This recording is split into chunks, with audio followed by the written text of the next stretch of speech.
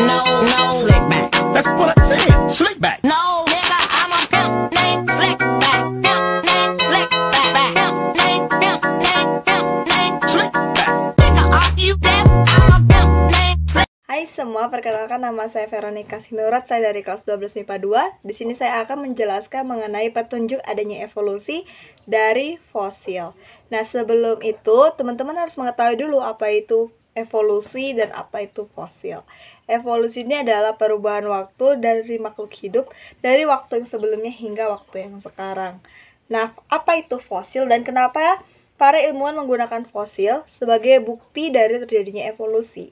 Fosil ini adalah sisa-sisa tumbuhan ataupun hewan sebagai kategori makhluk hidup yang telah berpuluh-puluh juta tahun lamanya membatu. Nah, mungkin ada teman-teman bertanya kenapa harus fosil digunakan. Penentuan usia fosil ini biasanya dilakukan dengan cara menaksir umur dengan fosilnya itu yang relatif ataupun absolut. Taksiran umur relatif dilakukan dengan cara menentukan usia sedimen batuannya. Nah, taksiran umur yang absolut itu dilakukan berdasarkan paruh waktu atom radioaktifnya yang ada di fosil yang telah mereka temukan. Contohnya, penemuan fosil ini berguna untuk membantu merekonstruksi kehidupan di masa lalu. Cuma ada juga beberapa kekurangan dari penggunaan fosil ini untuk sebagai bukti adanya terjadinya evolusi, yaitu karena beberapa tengkorak ataupun tulang belulang dari fosil tersebut sudah banyak yang hilang ataupun berangsur-angsur lenyap. Lalu evolusi ini ditunjukkan oleh perubahan bentuk fosil secara yang berasal-asal dari permukaan bumi ke yang tua lalu yang ke muda. Fosil ditemukan di berbagai lapisan bumi, paling lengkap yaitu fosil kuda. Fosil kuda ditemukan oleh ilmuwan Amerika bernama Marsh dan Osborne.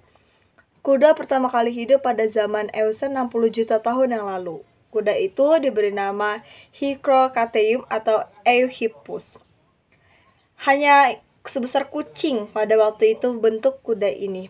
Tapi sekarang kuda-kuda yang sekarang bisa teman-teman lihat sendiri, dia memiliki ukuran tubuh yang lebih besar atau kita sebut sebagai equus.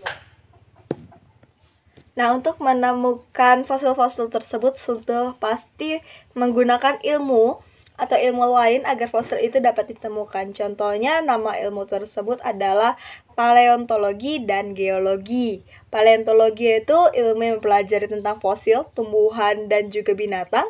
Sementara geologi itu adalah ilmu yang mempelajari komposisi, struktur, dan juga sejarah bumi. Dengan demikian dapat dikatakan dalam mempelajari biologi juga diperlukan ilmu lain seperti paleontologi dan juga geologi. Sekian penjelasan saya mengenai petunjuk evolusi menggunakan fosil. Sekian dan terima kasih.